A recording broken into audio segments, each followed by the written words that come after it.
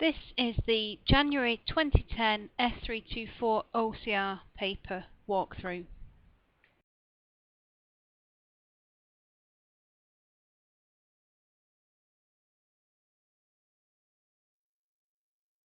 Question 1 on the January 10 paper is a fairly straightforward question about benzene. It starts off asking us to write an equation for the reaction of benzene, so C6H6 with bromine, and when that happens we get one of the hydrogens substituted for one bromine, and we also get HBr formed. So this is an equation that you should know, and it's only worth 1 mark. Underneath that we've got the chemist also found that when phenol or cyclohexene reacts with bromine, a halogen carrier is not required.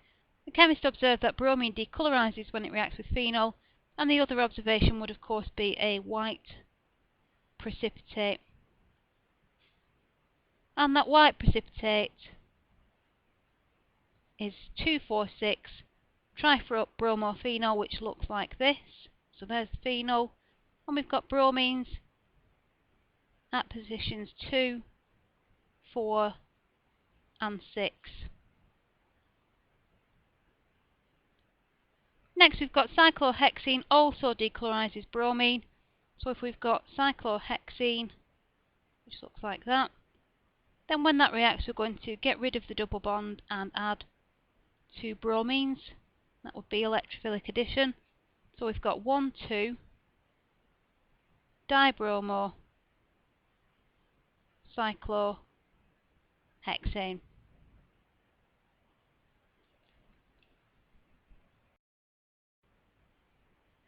In the next part of this question, we're asked to explain the relative resistance to bromination of benzene compared to phenol and compared to cyclohexene.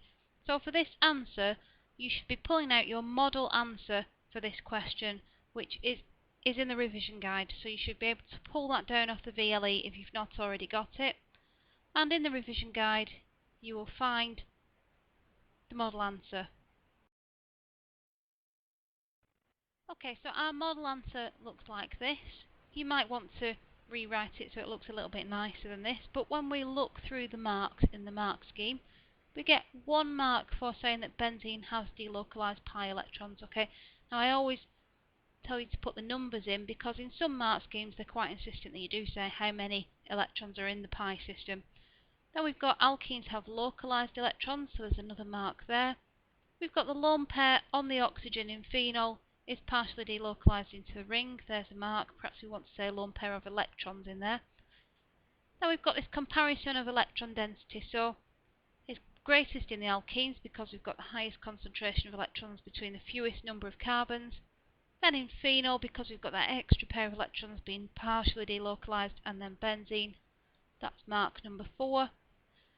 Stability, again, train you to write it in the model answer. It's not on this mark scheme, but put it anyway. And the final one is this about polarizing ability. So benzene can't polarize bromine, whereas phenol and alkenes can, and that's the final mark for this question. The final part of question 1 deals with azo dyes, and what we've got is a picture of a relatively simple azo dye, and then again we've got bullet points telling us what we need to give in our answer. So the first one says draw the displayed formula of the aromatic amine. So if we look at the structure we've been given, then to find the amine we always cut the molecule up between the 2 ends, and this here would have been our aromatic amine. So to draw the structure of it, all we're going to do is copy that down here, and what the examiner is looking for is, can you use your logic skills to keep the methyl group in the right place and to turn this N back into an NH2. So this is the aromatic amine. Okay, so we've done that one. And then the diazonium ion. So the diazonium ion we'll do here. And the only thing that we need to change in the diazonium ion is that that NH2 now becomes this N, triple bond N group. make sure that the positive charge goes on this middle nitrogen, because it's that middle nitrogen that's got the 4 bonds. Okay, so the examiner's looking to make sure you can put that in the right place. So we've done that bit. And it says state the reagents and conditions for each stage in the synthesis of compound A. So the first stage is diazotization. Okay, and for that, reagents are sodium nitrite and HCl, and the conditions are less than 10 degrees Celsius. And we've got the second stage, which is coupling, and for that we need alkaline conditions.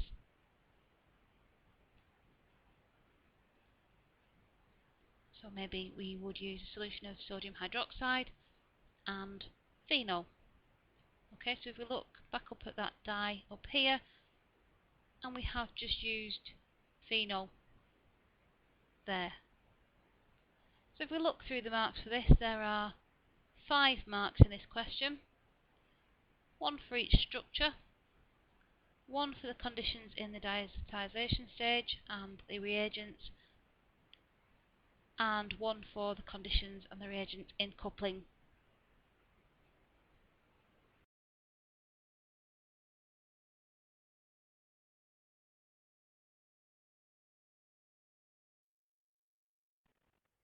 Question 2 takes us on to carbonyls, and we've got hydroxyethanol. So I always think if you get given a structural formula, it's quite often worth drawing it out at the side just to help you visualise what this molecule looks like. So I'm going to start with CH2 in the middle.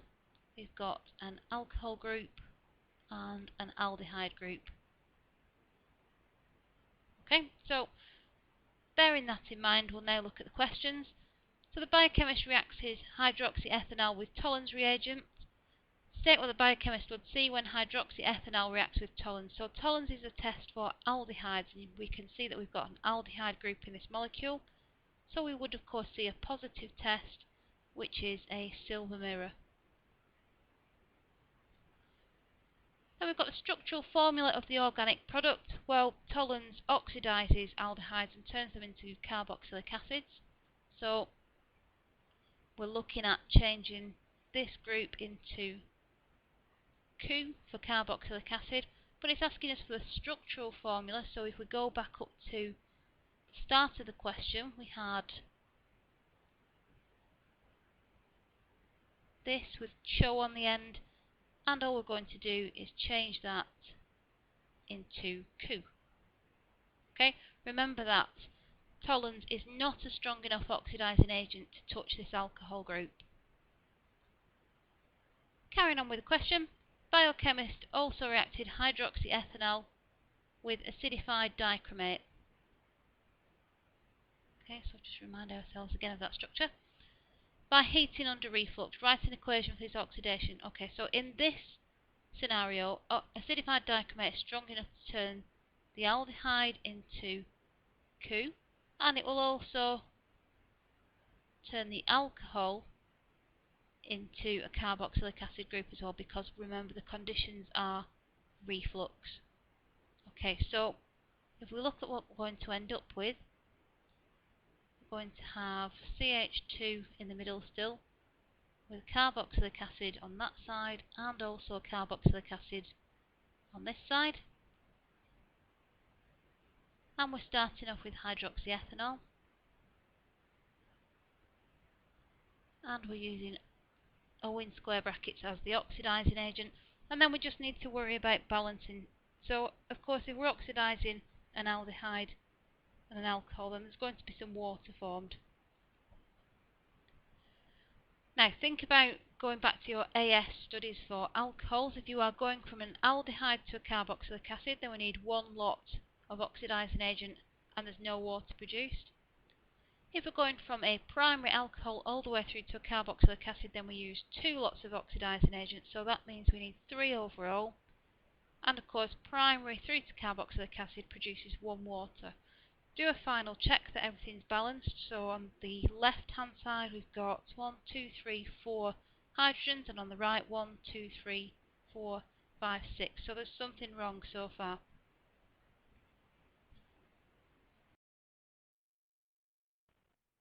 Question 2 brings us on to the carbonyls topic, and specifically the Tollens test.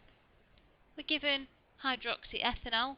Now I always find if I'm given a structural formula, it's quite useful to draw it displayed at the side so I can better visualise the functional groups and what's going on. So looking at this molecule, we've got an alcohol group and an aldehyde group. So if we look at question A, the biochemist reacted hydroxyethanol with Tollens reagent. So you should know that this is a test for aldehydes. Okay, so it is going to react with hydroxyethanol because it's going to oxidize this aldehyde group. So we would see the positive test for Tollens, which is of course silver mirror. Then we've got the structural formula of the organic product formed when hydroxyethanol reacts with Tollens reagent. So hydroxyethanol was this with CHO for an aldehyde group, and the only thing we need to change is we change CHO into CHO. Remember that Tollens is not a strong enough oxidizing agent to touch the alcohol group. It's only going to react with the aldehyde. If we carry on down, we've got the biochemist now reacting hydroxyethanol with acidified dichromate. So acidified dichromate will turn the aldehyde group into a carboxylic acid, and it will turn this primary alcohol also into a carboxylic acid. And we have to write an equation for this happening. So our final product will look like this, and we know that we're starting off with hydroxyethanol, and we're going to use O in square brackets as the oxidizing agent. If we're doing an oxidation of an alcohol, then there's going to be some water produced, and then we just need to worry about balancing. So think back to AS chemistry. If you are turning an aldehyde into a carboxylic acid, we use 1 lot of oxidizing agent and no water is produced in that step. If we're turning a primary alcohol into a carboxylic acid, then we use 2 lots of oxidizing agents. That gives us a total of 3, and we produce 1 water. Final check to make sure that everything adds up. So 4 hydrogens on the left, 4 on the right, 5 oxygens on the left, 5 on the right, 2 carbons on the left, 2 on the right. So in this equation it's going to be 1 for the structure, 1 for the balancing. And we've got the biochemist reducing hydroxyethanol using NaBH4. So again, look at that structure. And remember, sodium borohydride turns aldehydes back into primary alcohols and ketones back into secondary alcohols. So what we're going to get is this aldehyde turning back into CH2OH. So the structural formula, so we've got the first bit of the molecule, which is here, and then we're going to have CH2OH, which replaces the aldehyde group. And then we're being asked for the mechanism. Now, if this mechanism comes up, it's a really nice mechanism to get because it's very, very straightforward. It's the same thing, rather like going back to your AS mechanisms. So there is the compound, and the first thing we're going to do is add dipoles. So we've got delta minus on the oxygen, delta positive on the carbon. We need the hydride ion, which is what sodium borohydride generates. First arrow goes from the lone pair to the delta positive carbon. This carbon would now have 5 bonds, so one of the carbon-oxygen bonds breaks. Then we show our intermediate, so we've got the carbon with its new hydrogen, and it already had hydrogen on it, and then we've got this O minus. You'll remember in this mechanism It has to be an aqueous solution because we need a water molecule to react with, and it must have dipoles on it. And this oxygen is going to reach out to one of the hydrogens. Hydrogen can only have one bond, so this pair of electrons needs to move onto that oxygen. And the final step, we're going to draw out the product, which looks like this.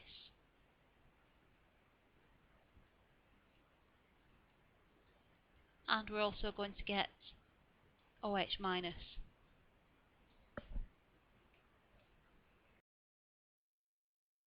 Through the marks for this, then we get one for this first curly arrow, one for the dipoles and the second curly arrow, one for a correct intermediate, and one for the two curly arrows up here.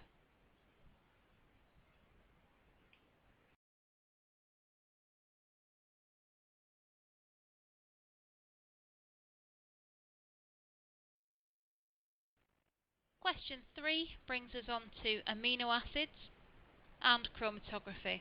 So we've got a student uses thin layer chromatography to separate the alpha amino acids in a sample of human sweat and discovered that 3 alpha amino acids were present.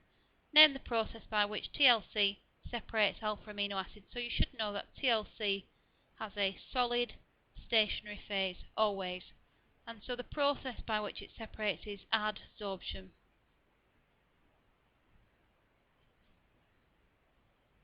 Then we've got the chromatogram was treated to show the positions of the separated alpha amino acids. Explain how the student could analyse the chromatogram to identify the 3 alpha amino acids present. So she should, or he should, calculate the RF values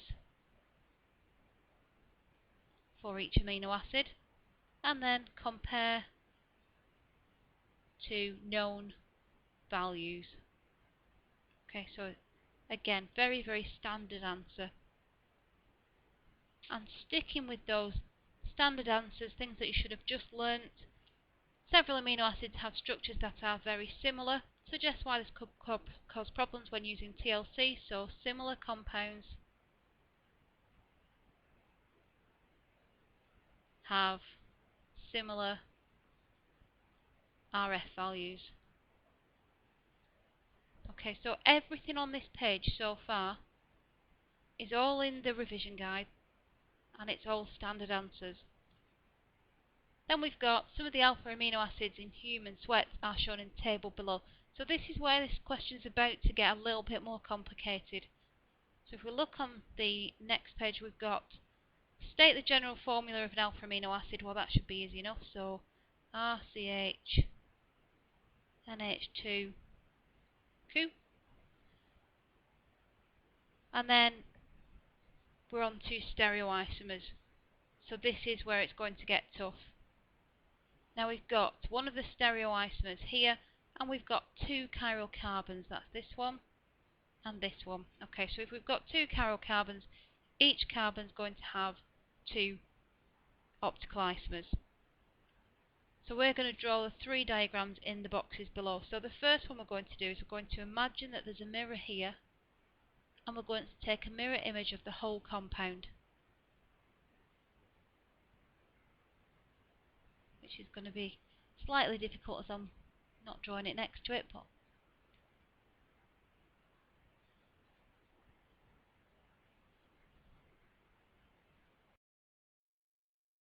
okay, so looking at this first one that I've drawn, you can see that this is the mirror image of both of these chiral carbons. So I'm going to move on to the next box, and in this one I'm going to mirror the top and keep the bottom the same. Okay, so hopefully you can see the bottom half of this molecule is identical to the way it is in the original picture, and the top is the mirror image, which was actually quite easy to draw because I've just copied it from this first diagram. And the final one is just going to be the opposite of that, so I'm going to keep the top the same and I'm going to mirror the bottom.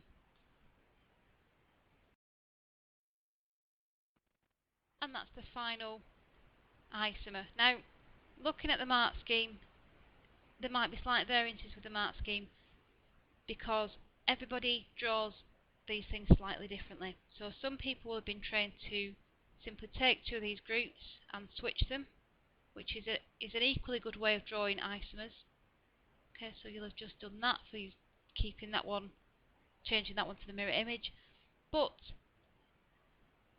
it really is down to, as long as you've switched things around and you've drawn the mirror images and you've got your three different isomers, your examiner will take the time to look at it and make sure whether it's the same or different. But personally, I prefer to just imagine that mirror down the middle and then draw mirror images of the molecule.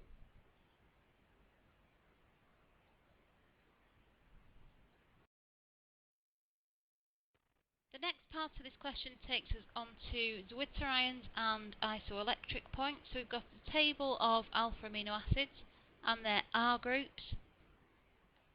And then we've got some information in this question. So alpha amino acids form different ions at different pH values. Zwitzer ions are formed when the pH is equal to the isoelectric point of the alpha amino acid. So they've given you most of the information that you need to know. So we've got the isoelectric points of three alpha amino acids are given below. So we've got alanine at pH 6, glutamic acid at pH 3.2, and lysine at pH 9.7. In the table, we're going to draw the structures of the ions formed by these three alpha amino acids at the pH values below. Okay, so alanine at pH 6, you can see that alanine is at its isoelectric point. So if we draw an alpha amino acid,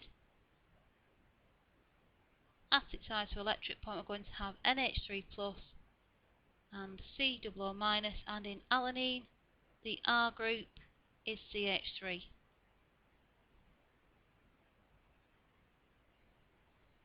Okay, moving on to glutamic acid. Glutamic acid's isoelectric point is 3.2, so at pH 10 it's well above its isoelectric point. So if you think about above the isoelectric point, we're trying to take protons away, so we're going towards the alkaline side. There's lots of OH minuses, we're taking protons away from the molecule. So just look at the top bit of the molecule for now. If it was at its isoelectric point, it would look like this. Let's just have the R group in. So glutamic acid is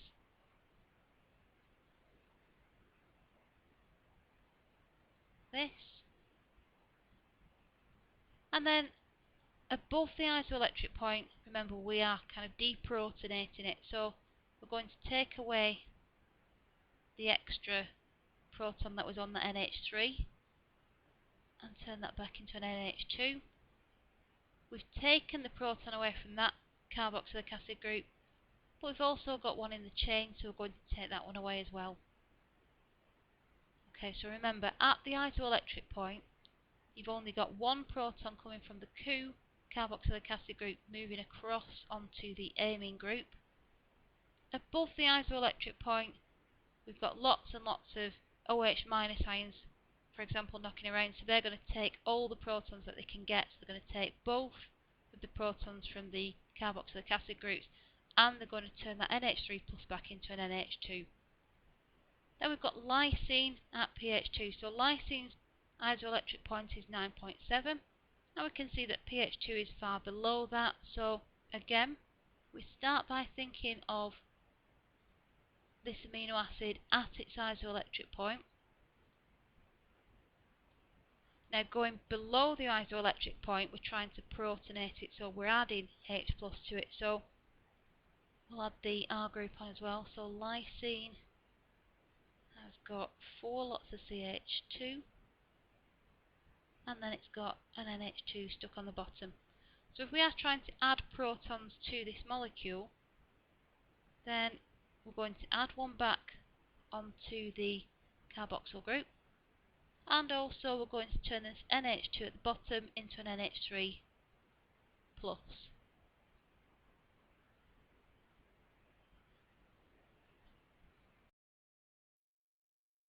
Part D in this question is where I've seen a lot of people struggle, so I'm going to go quite carefully over this bit. We've got a sequence with 3 amino acids. Okay, so the first thing to do is to chop this chain back down into being single amino acids. And to do that, we always cut between the carbonyl and the NH. Okay, so we're going to cut the molecule there and there. But we're also going to cut it here because obviously this would be a CONH. And we're going to cut it here as well because we would have a CONH there. So now we can see those three amino acids. Next thing to realise is that this is the main body of your amino acid. So this is your CHNH2Q. And then this bottom bit here is your R group.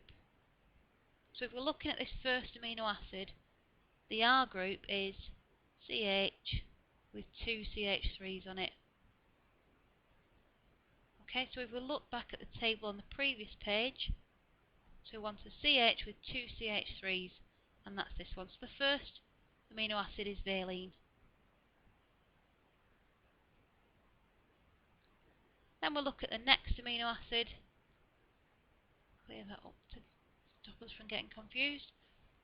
And again, we look at the main body of that amino acid is here, and on that CH in the middle, we've just got another H. Okay, so the R group in that one is just a hydrogen atom, and that is glycine.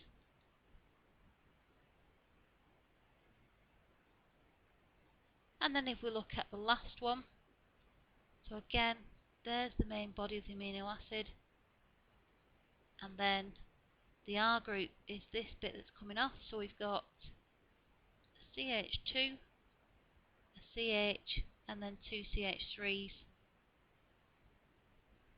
So we've got CH2, CH, two CH3s, and if we look in this table, we can see that that's this one, so it's leucine, and if we write that sequence in there, we've got the mark.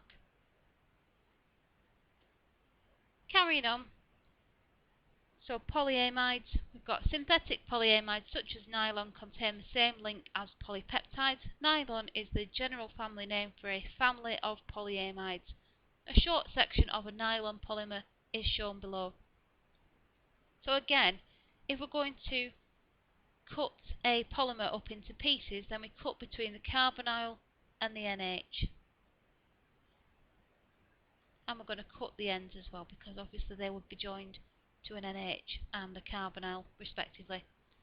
So now we can see the monomers that make up this bit. And if we take this one, we can see that we've got CH2, 8 lots of. Remember that carbonyls turn back into carboxylic acids, and that's going to happen on both sides of that. And then if we look at this one, so we've got 6 CH2s in the middle, and then on the end, NH turns back into being NH2. And there we've got the two monomers.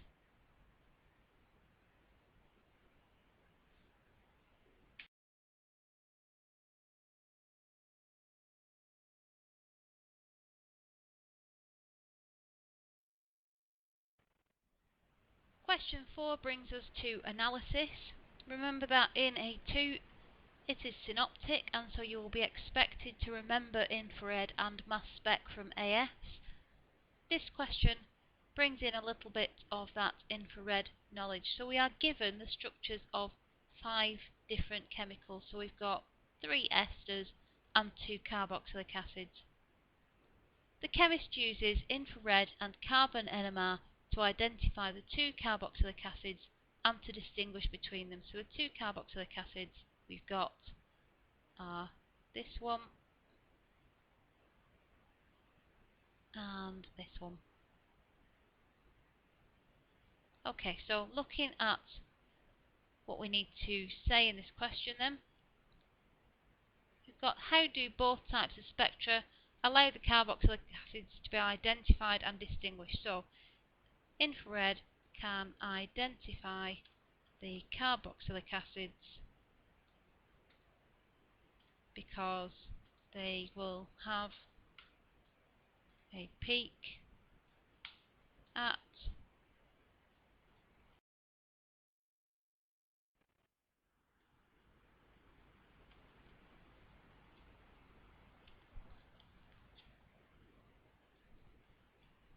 2,500 centimeters minus 1 to 3,300 centimeters minus 1. You could state a specific number in that range for the OH peak. So that would be our first mark. So that's how IR can identify the carboxylic acids and distinguish them from the three esters. And then we're on to carbon NMR.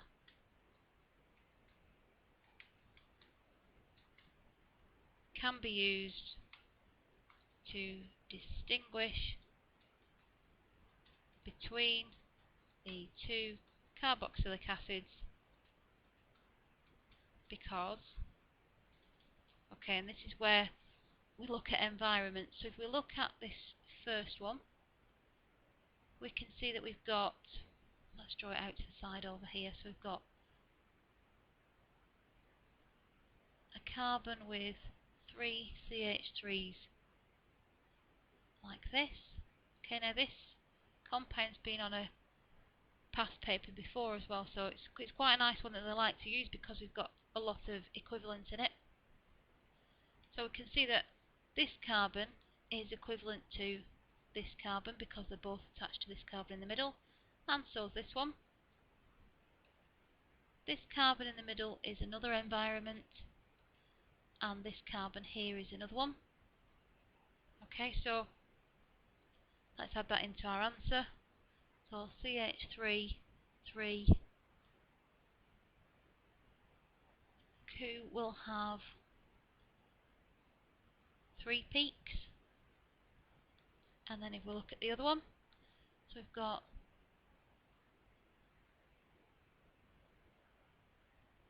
two CH3 groups attached to a CH, a CH2, and then carboxyl group. So again, the two CH3s will be in an equivalent environment. Then we've got the CH, which will be different. CH2 will be different again.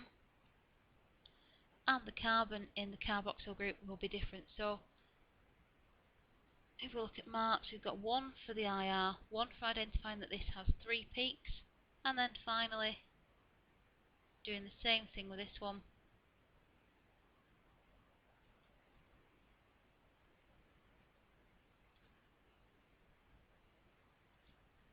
Not 2, 4.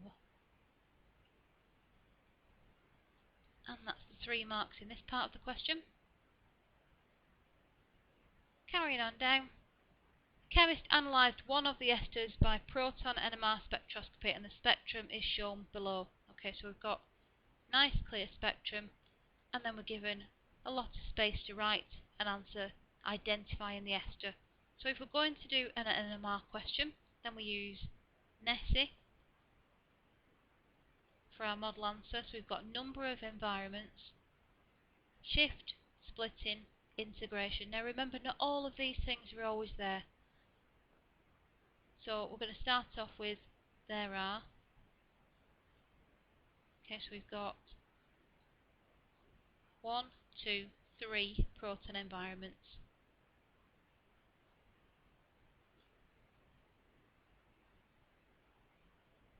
Okay, now I always say stick to your model answers, get used to writing them out in the right structure.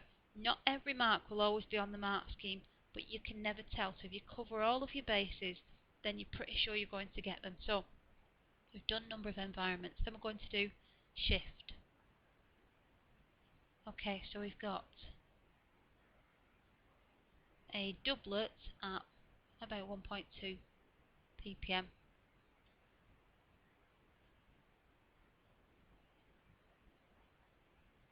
And if you use your data sheet, you will see that that's an RCH.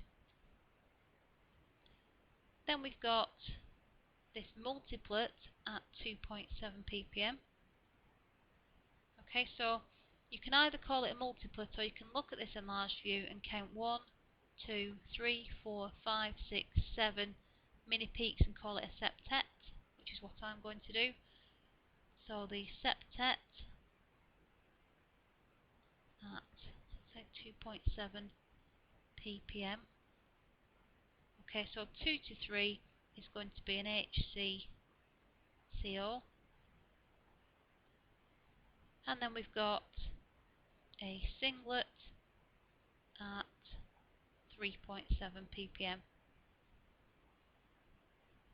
So singlet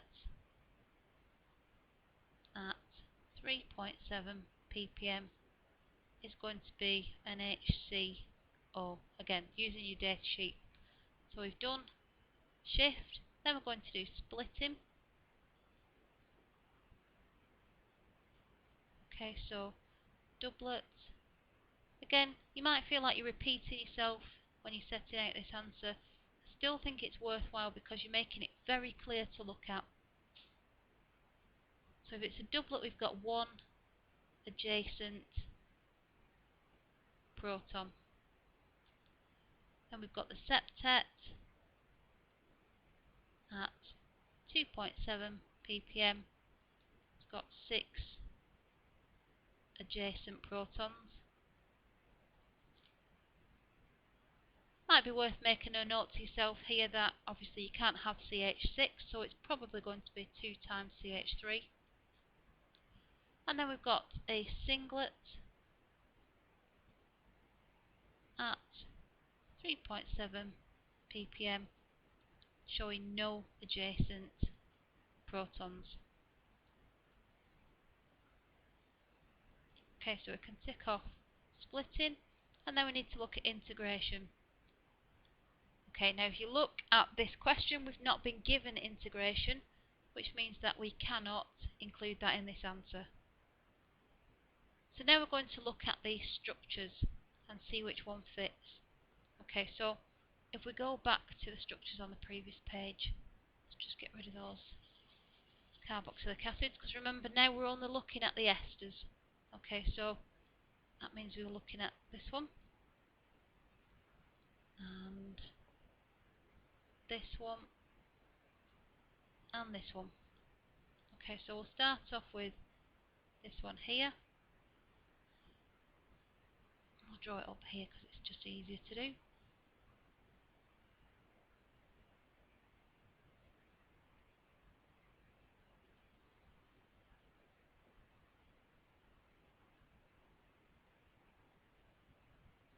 Now if we start looking at environment, so we can see that we'll have one proton environment for these three. This CH2 is another proton environment. This CH2 over here is different again. And the CH3 on the end is a fourth proton environment. Okay, so we can immediately rule this one out because the NMR trace at the bottom has 3 proton environments, so it cannot be that ester. Then we're going to look at this one. So we've got CH3 on the end, and then we've got a C double bond O and a CH with 2 CH3s. So if we look at those environments, these 2 CH3s will be equivalent, so that's one environment. This CH is number 2, and this CH3 on the end is the third one. So this is a potential answer, and then we'll do the other one at the same time. So we've got 2 CH3s attached to this CH,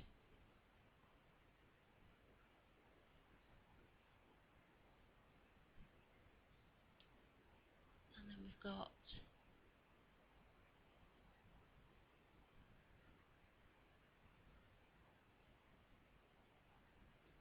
so if we look at the environments in that, I've lost a hydrogen there somewhere. No, I haven't. Okay, so we've got one environment for the CH3 here. This CH would be number 2, and then these 2 CH3s are equivalent, so again 3 environments. So if we just remove this one, okay, because we've just said that it can't possibly be that one, so we've got a choice of 2. Now if we're looking at these 2 compounds, in fact I think I'll just draw them out a little bit bigger, so if you bear with me. Okay, so here I've drawn one of the structures out a little bit clearer, and we've said that it fits the profile of the NMR spectrum because we've got 3 proton environments. Now we need to look at whether it matches the shift. Okay, so if we look at this one, these 3 protons are all equivalent and they're attached to this carbon, and adjacent to that we've got no protons, so this will be a singlet. It's attached to oxygen, so it's going to be at 3 to 4 ppm. If we come over to environment number 2, we've got a hydrogen attached to this carbon, and adjacent to that we've got 1, 2, 3, 4, 5, 6 protons, so this is going to be a septet. It's an HCCO, so it's going to be at 2 to 3 ppm. We look at environment number 3. These protons are attached to this carbon with 1 proton, so they're going to be a doublet. And they are an HCCH, so an HCr, and they're going to be at 1 to 2 ppm. If we look at the other possible structure then, again, we had 3 environments, and we're going to look at the shift and splitting. So this CH3 here is attached to a carbon with no protons, so this will be a singlet. It's an HCCO, so it's going to be at 2 to 3 ppm. We come to environment number 2. This proton is on this carbon, and adjacent to that we've got 1, 2, 3, 4, 5, 6 protons, so it's going to be a septet. And it is an HCO, so it's going to be at 3 to 4 ppm. And then we look at this environment, so we've got the protons are attached to this carbon, which is attached to a CH, so it's going to be a doublet. And we've got an HCCH, so it's an HCr, so it's going to be at 1 to 2 ppm. Now if we look at the actual NMR spectrum and look at what we've got, so we've got a doublet at 1 to 2, a septet at 2 to 3, and a singlet at 3 to 4. So in this one we've got a doublet at 1 to 2, so that's right. We've got a septet at 2 to 3, so a septet at 2 to 3, that's right. And a singlet at 3 to 4, and there's a singlet at 3 to 4. Okay, so this compound fits. If we look at the other one, we've got a singlet at 2 to 3 ppm, okay, which we don't have here, so that doesn't fit. We've got a doublet at 1 to 2 ppm, so a doublet at 1 to 2 ppm, that does fit. We've got a septet at 3 to 4 ppm, and you can see that we haven't got that here, so that doesn't fit. So the answer is it's not this compound because these 2 peaks are the wrong way around in the spectrum, which means that it is this one. So if you go to your answer and write this structure in, if we go back to where we were answering that question,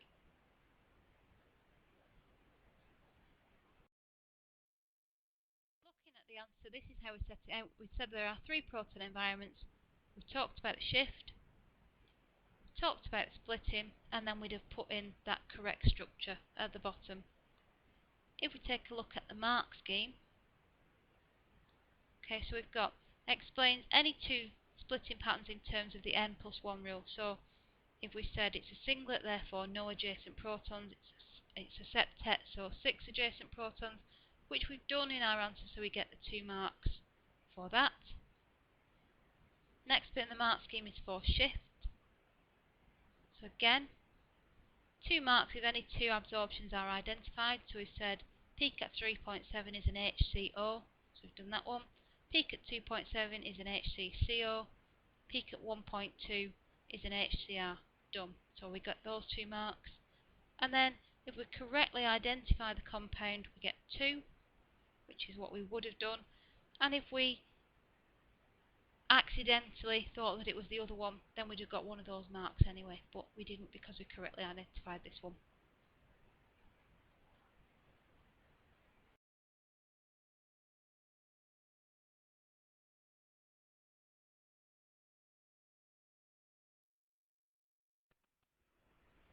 Question 5 brings us on to acid anhydrides and also amides and esters. Aspirin and paracetamol are 2 compounds that we quite like to use in exams. So we'll look at what we're being asked to do. Aspirin and paracetamol can be prepared using ethanoic anhydride. Some examples of the reactions of ethanoic anhydride are shown below. Okay, so draw a structure of a compound that could react with ethanoic anhydride to form aspirin. So if we look up here, remember ethanoic anhydride looks like this.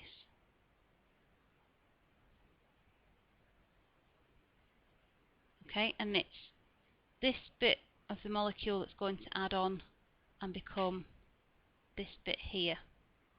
Okay, so what the question's asking us to do is what's the rest of it? So the rest of the thing is this, and that's what would react with the acid anhydride. So if we go down and answer the question,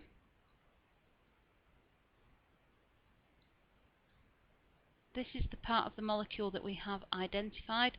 Obviously we can't just have an oxygen hanging around on its own, so that's going to be an OH.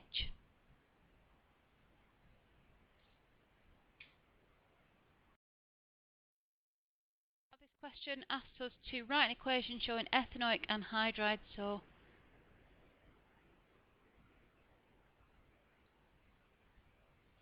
that's ethanoic anhydride reacting with 4-aminophenol.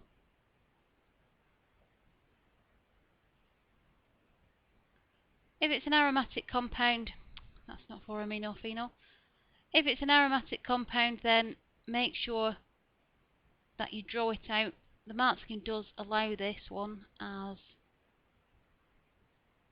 okay, but you're kind of chancing it because this structural formula doesn't tell me that it's positions 1 and 4. It could be positions 1 and 2. It could be anywhere. So again, if it's aromatic, draw it out so we can see the position of those functional groups. They're going to react together to form paracetamol. So you look back at your structure of paracetamol, it's there.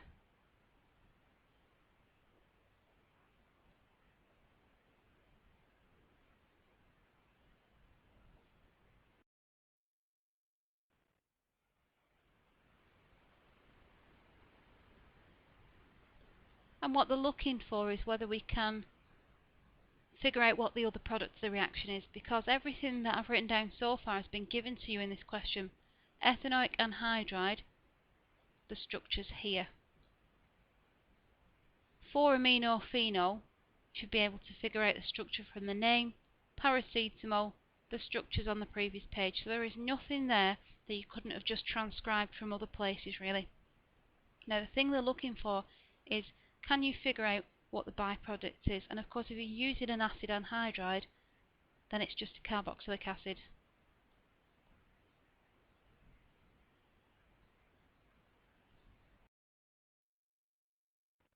And in the first part of that question, it was 1 mark for your reactants and 1 mark for your products. So again, if you came to this, lots of people don't like it when equations are written in words and then you have to write them down underneath. But if you'd have just got the reactants part of this equation from what it says here, you'd have got one of the marks. Now the bit where everybody falls down on these questions, and they're becoming more common, is about impurities. Okay, so especially when you've got reactions involving amine. So if we look back at paracetamol again, just clean up a little bit. Okay, so in paracetamol, we started off with 4-aminophenol, and it had an amine group here. And what we did was, we replaced one of those hydrogens and we added on this COCH3 group. Okay, now there was nothing stopping me from taking this hydrogen down here and adding that onto this hydrogen. It just so happens that paracetamol only has one hydrogen substituted. Now the problem is, when you are reacting amines with amines, it's quite easy to substitute the other hydrogens. So one of the common things that will happen when you're reacting with amines is that this second hydrogen will disappear and we'll get another of this same group added on. So another COCH3. Okay, so before we've even looked at that question, if you get to this, there's another one on the June 10 paper where it says an impurity with molecular formula of is also formed. Go back and look at the structure and think, if there's an NH left, then I'll get rid of the hydrogen and I'll stick another one of these on instead. Now if you look at this and count up, so we've got 1, 2, 3, 4, 5, 6, 7, 8, 9, 10 carbons, 3, 6, 7, 8, 9, 10, 11 hydrogens, 1 nitrogen and 3 oxygens. Let's go and look at the next page. C10, H11, NO3. Okay, so this is our impurity.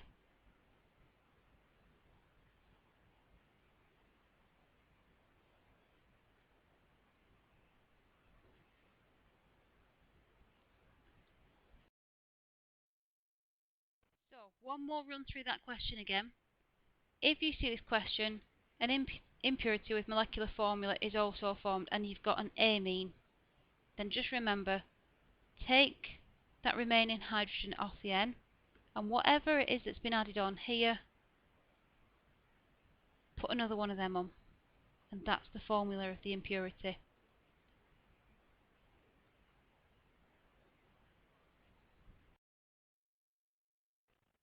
Then we've got, following that quite nasty question, I thought, explain why it's necessary for pharmaceutical companies to ensure that drugs and medicines are pure, and then we just need to put to avoid adverse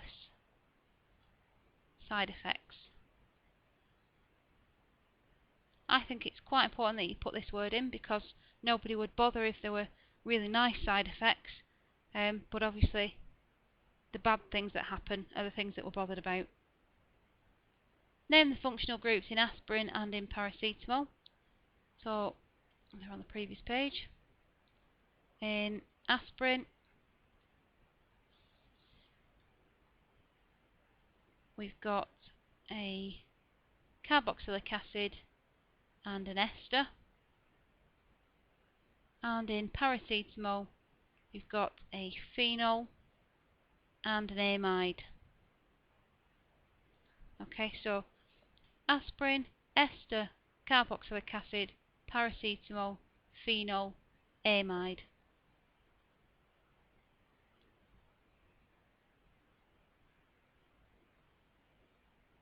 That brings us on to part D. Again, very nice type of question, asking us to use our knowledge of organic reactions and organic reagents to look at these two compounds and decide what things will react with them. So we're looking for reagent A reacting with aspirin and with paracetamol. Okay, so something that will react with both of these compounds. Well, if we look at those functional groups, again we've got carboxylic acid and we've got phenol, so these are both acidic groups. So we could use sodium hydroxide or sodium. Okay, so I'm going to go for sodium hydroxide. It will be the same product anyway with sodium. So with aspirin, I'm going to copy the structure down.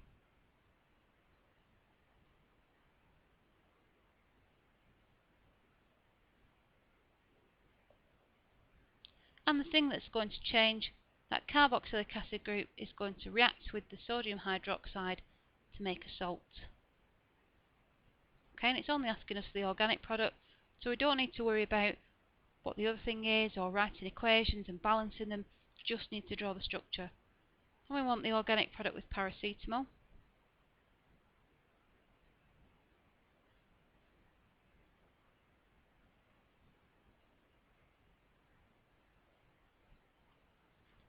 And again, it's the phenol group that's slightly acidic, so that acidic proton will go and we'll replace it with Na.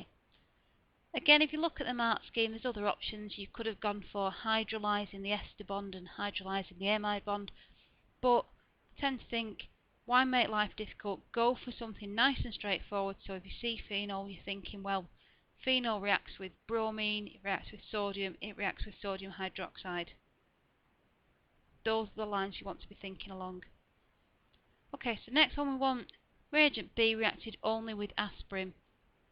So something that will react with aspirin, but not with paracetamol. So again, we're going to stick with these two functional groups, so carboxylic acid versus phenol.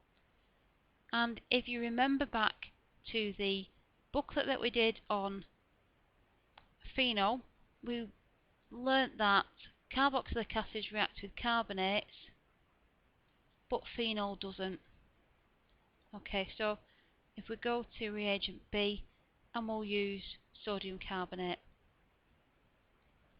Okay, so again, aspirin,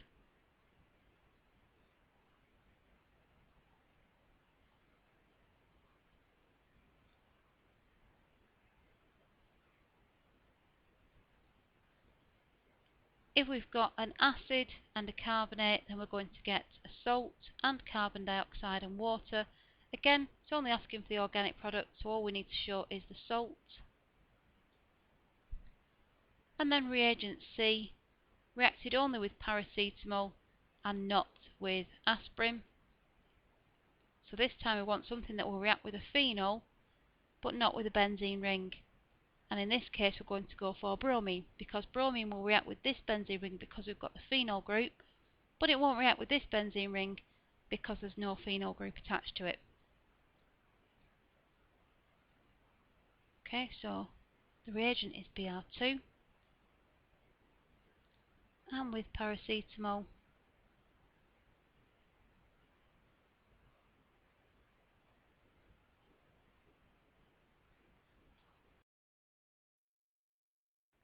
we are going to substitute bromine onto the ring. Now if you look at the mark scheme, the bromine is here in this position. Okay, now you don't need to worry about why the bromine is there in that position, because the mark scheme says allow one or more bromine substituted onto the ring. So if you put them here and here, or anywhere, as long as you've got at least one bromine stuck onto this ring in any of these four positions, then you get the mark.